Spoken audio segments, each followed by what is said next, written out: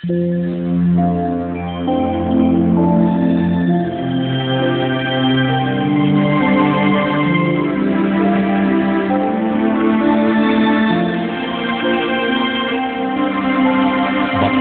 ang bumabasa at ang nangakikinig ng mga salita ng hula at tumutupad ng mga bagay na nasusulat doon, sapagkat ang panahoy malapit na.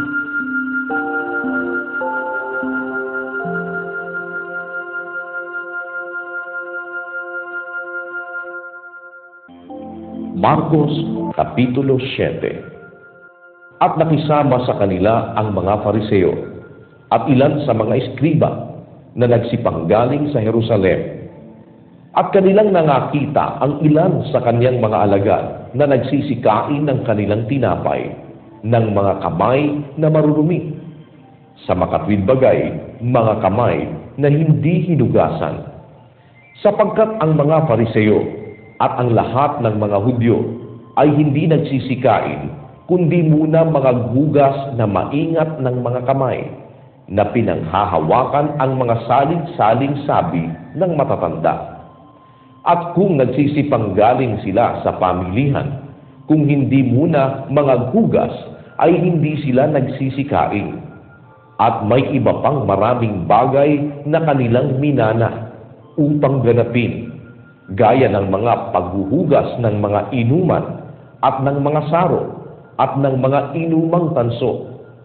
At siya'y tinanong ng mga Fariseo at ng mga eskriba, bakit ang iyong mga alagad ay hindi nagsisilakad ng ayon sa salit-saling sabi ng matatanda, kundi nagsisikain sila ng kanilang tinapay ng mga kamay na karumal-dumal?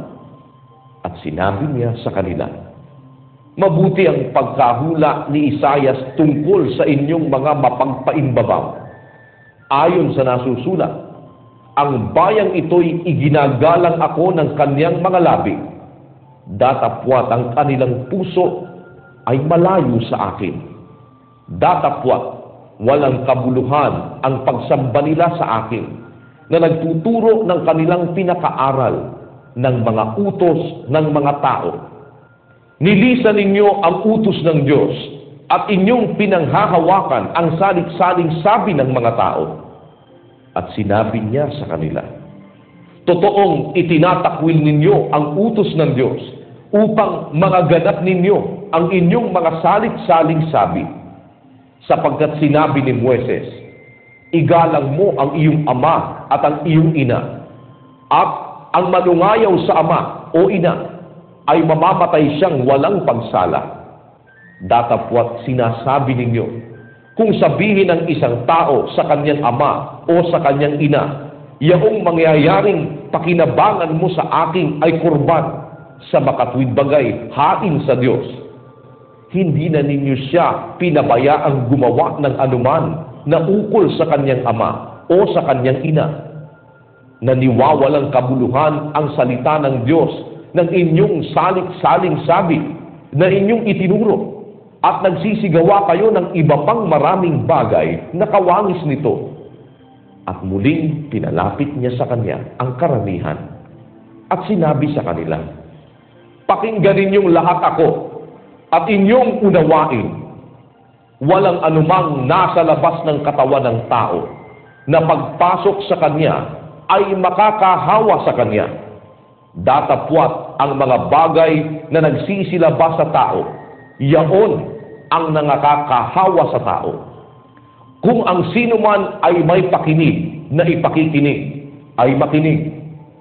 At nang pumasok siya sa bahay na mula sa karamihan, ay itinanong sa kanya ng kanyang mga alagad ang talinghaga. At sinabi niya sa kanila, kayo baga naman ay wala ring pag-iisip? Hindi pa ba ninyo nalalaman na anumang nasa labas na pumapasok sa tao ay hindi nakakahawa sa kanya?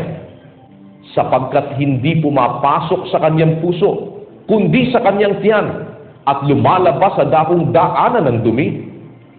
Sa salitang ito'y nililinis niya ang lahat ng pagkain. At sinabi niya, ang lumalabas sa tao, yaon ang nakakahawa sa tao, sapagkat mula sa loob, mula sa puso ng mga tao, lumalabas ang masasamang pag-iisip, ang mga pakikiapid, ang mga pagnanakaw, ang mga pagpatay sa kapwa-tao, ang mga pangangalunya, ang mga kasakiman, ang mga kasamaan, ang pagdaraya, ang kalibugan, ang matang masama, ang kapusungan, ang kapalaluan, ang kamangmangan. Ang lahat ng masasamang bagay na ito ay sa loob nagsisipanggaling at nangakakahawa sa tao. At nagtindig siya doon at napasa mga hangganan ng Tiro at ng Sidon. At pumasok siya sa isang bahay. At ibig niya na sino mang tao'y huwag sanang makaalam at hindi siya nakapagtago. Ngunit ang isang babae na ang kanyang munting anak na babae ay may isang karumal-dumal na espiritu. Pagdakay ng mabalitaan siya, ay lumapit at nagpatira pa sa kanyang paanan. Ang babae nga ay isang Griega, isang Syrophenisa, ayon sa lahi. At ipinamamanhik niya sa kanya na palabasin sa kanyang anak ang demonyo. At sinabi niya sa kanya, pabayaan mo munang mga busog ang mga anak, sapagkat hindi marapat na kunin ang tinapay ng mga anak at itapon sa mga aso. Datapwat siya'y sumagot at sinabi sa kanya, oo, Panginoon, kahit ang mga aso sa ilalim ng dulang ay nagsisikain ng mga mumo ng mga anak. At sinabi niya sa kanya, dahil sa sabing ito, humayo ka, nakaalis na ang demonyo sa iyong anak.